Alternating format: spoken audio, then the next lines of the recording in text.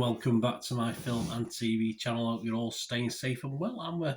Yes, I've done a couple of these in the last couple of days. I've got a war film to look at today. I'm going over to Amazon Prime for this one. Well, it's about aviators. It's like a Top Gun set in the 50s. Yes, we're going to have a look at something called Devotion. Please, if you are new to the channel, push that subscribe button, push the bell notifications. It'd be great to have you on board. Film reviews, drama reviews, information vlogs, quizzes, you name it, we try and do it. And your support is much appreciated. And if you are pressing buttons, or you already pressed that button, press that little like button as well. I'm trying to get about 10 to 15 likes on these. If you can help me towards that target, I'll be very, very grateful. Yes, Devotion, it's classed as a 12 certificate, which is fair enough. 2 hours, 19 minutes, which is okay for what we get. In fact, I mind is a little bit more, a little bit more in the script as well, in all fairness. It's a biographical war film based on the 2015 book Devotion, an epic story of heroism, friendship and sacrifice that was written by Adam Makos, which retells the comradeship between naval officers Jesse Brown and Tom Hudner during the Korean War. Yeah, okay, that's just not quite as convincing for me in this film. Directed by J.D. Dillard and written by Jake Crane and Jonathan Stewart. And what the public think? On Internet Movie Database, very, very good. 6.7 out of 10, so that's not bad. That's over 10,600 scores have been left. And 85% positivity, so 85 out of 100 people were happy with it. So that's pretty good. Rotten Tomatoes audience, 92% positivity. They, you know what a feisty lot they are. 4.5 out of 5. So they are 9 out of 10. You can't say fairer than that.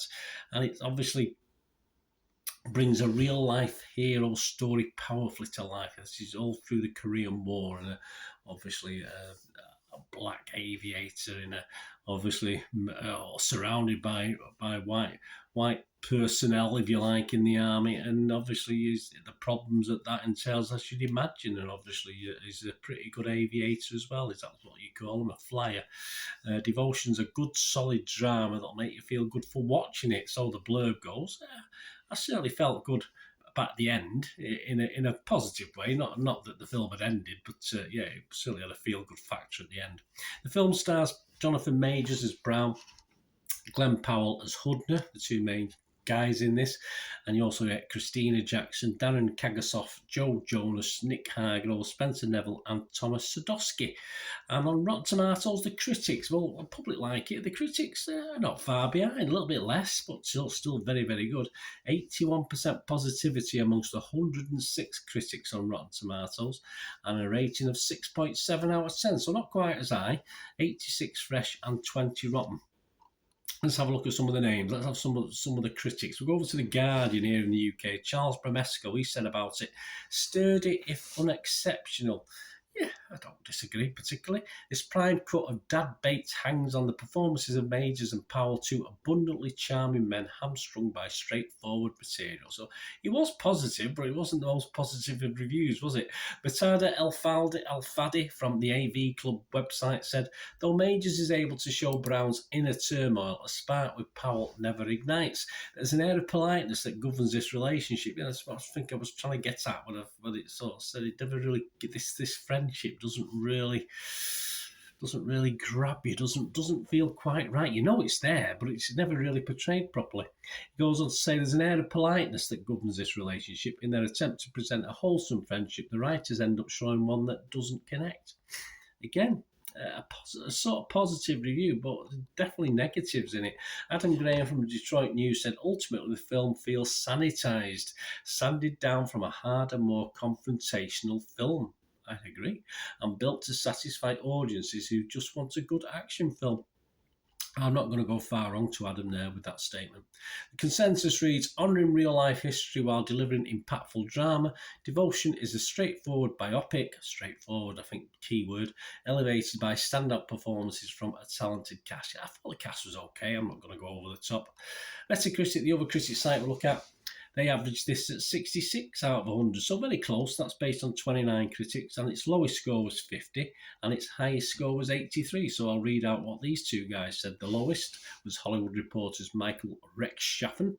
He gave it 50 and said, Strip away the IMAX scope, the booming score, and the flyboy swagger, however, and all that remains is a hollow shell of bland, beaten down war movie tropes that leave Jonathan Majors to effectively fend for himself with his deeply rooted lead portrayal of the first black aviator in naval history. So, not overly impressed. The playlist Judain Searlezo gave it 83 out of 100 and said, the film comes to life when Majors and Powell are in the air. Yeah, the air combat scenes are pretty good, actually. Dillard and cinematographer Eric Messerschmidt make the sky feel vast and alive, threatening to swallow up Jesse and Tom at any moment. Along with the film's thrilling fight scenes, Majors is the biggest draw devotion, showcasing his distinctly masculine vulnerability to portray a man as strong as he is silent. Yes, I never warmed to him. I just didn't warm to the actor character. I appreciate what he's saying there. He just left me a little bit cold, and I like to invest in characters, and I didn't really invest totally in any of the characters as they were portrayed in this film. But my score, as I said, overall, there are a few problems, but I did give it a 6 out of 10. I have given it a 6 out of 10 watchable score. It was a bit of a sluggish start. It took me a little while to get into it. Well, when I say a little while, so 20, 25 minutes or something like that. But it's not long before it begins to make an impact, even though I think the stories, some of the critics are saying there, could have been far better told.